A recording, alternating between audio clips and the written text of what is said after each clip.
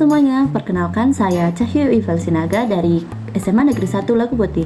Dan kali ini saya akan menjelaskan materi PPKN bab yang kedua yang berjudul Demokrasi berdasarkan Undang-Undang Dasar Negara Republik Indonesia tahun 1945. Namun sebelumnya, tahukah kita apa itu arti dari demokrasi? Jadi, demokrasi adalah sistem pemerintahan di mana kekuasaan berada di tangan rakyat. Dalam demokrasi, rakyat punya hak untuk ikut menentukan keputusan politik, biasanya melalui pemilihan umum, perwakilan, dan kebebasan berpendapat. Bab yang kedua ini terbagi atas 3 bagian penting. Yang pertama, periodisasi pemberlakuan Undang-Undang Dasar di Indonesia. Indonesia telah mengalami beberapa kali pergantian konstitusi. Yang pertama adalah Undang-Undang Dasar 1945 pada 18 Agustus 1945 hingga 27 Desember 1949. Ini bersifat sementara dan disahkan oleh PPKI. Yang kedua, Konstitusi RIS pada 27 Desember 1949 hingga 17 Agustus 1950 mengakui kedaulatan RIS atau Republik Indonesia Serikat dan kembali ke negara kesatuan. Yang ketiga, UUDS 1950 pada 17 Agustus 1950 hingga 5 Juli 1959 kembali ke NKRI bersifat sementara karena terjadi gejolak politik. Konstituante gagal menyusun undang-undang dasar baru karena konflik politik yang tajam. Yang berikutnya, UUD NRI tahun 1945 disahkan pada 15 Juli 1959 hingga 19 Oktober 1999 kembali berlaku berdasarkan Dekret Presiden 5 Juli 1959.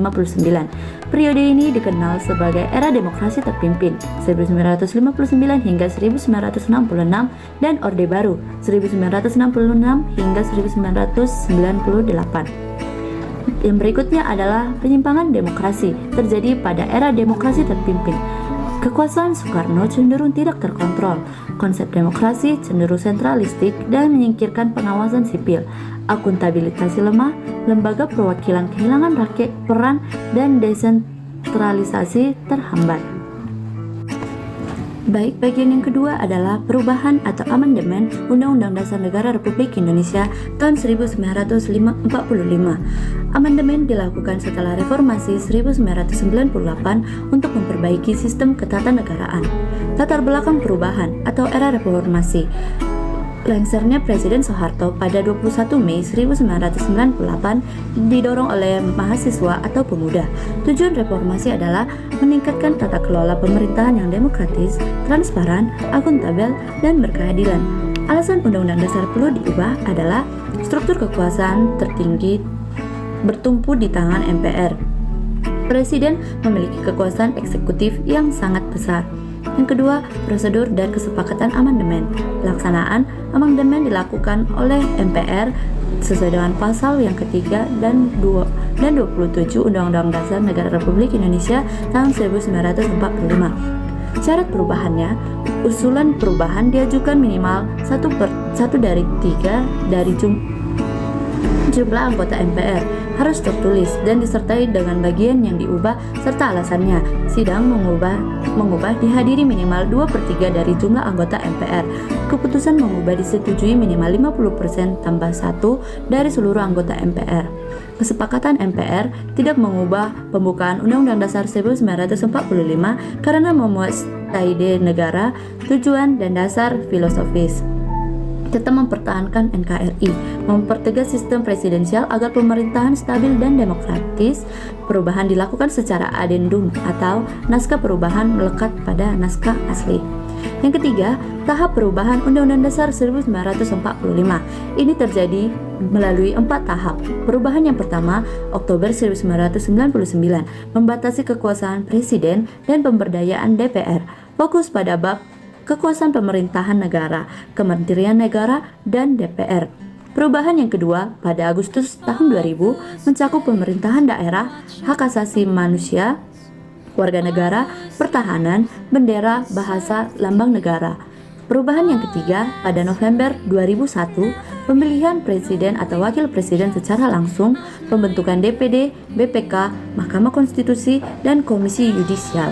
Perubahan yang keempat atau yang terakhir terjadi pada Agustus tahun 2002, terdiri atas 13 pasal, 3 pasal aturan peralihan dan 2 pasal aturan tambahan.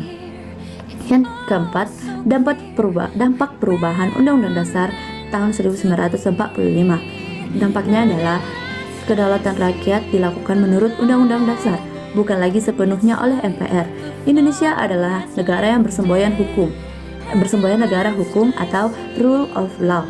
Tugas dan fungsi lembaga negara dipertegas, artinya tidak ada lagi lembaga tertinggi. Rakyat memilih presiden atau wakil presiden secara langsung. Bagian yang terakhir atau bagian C adalah perilaku demokratis berdasarkan UUD NRI 1945 pada era keterbukaan informasi. Perilaku demokratis adalah cara berpikir, bersikap, dan bertindak yang mencerminkan Pancasila dan Undang-Undang Dasar 1945. Kunci demokrasi meliputi menghargai pendapat dan menyampaikan pendapat dengan benar. Literasi dan teknologi adalah kunci untuk menjadi generasi cerdas, berliterasi, dan santun berdemokrasi. Pelajar bernalar kritis harus mampu memperoleh, memproses, dan mengevaluasi informasi serta mengambil keputusan yang tepat. Sekian dari bab 2 mengenai demokrasi berdasarkan Undang-Undang Dasar Negara Republik Indonesia tahun 1945 yang bisa saya sampaikan. Kiranya apa yang telah saya sampaikan pada video kali ini dapat berguna bagi kehidupan kita dan dapat kita terapkan di kehidupan kita sehari-hari. Salam demokrasi. Living in a blur, all that time, never truly seeing things.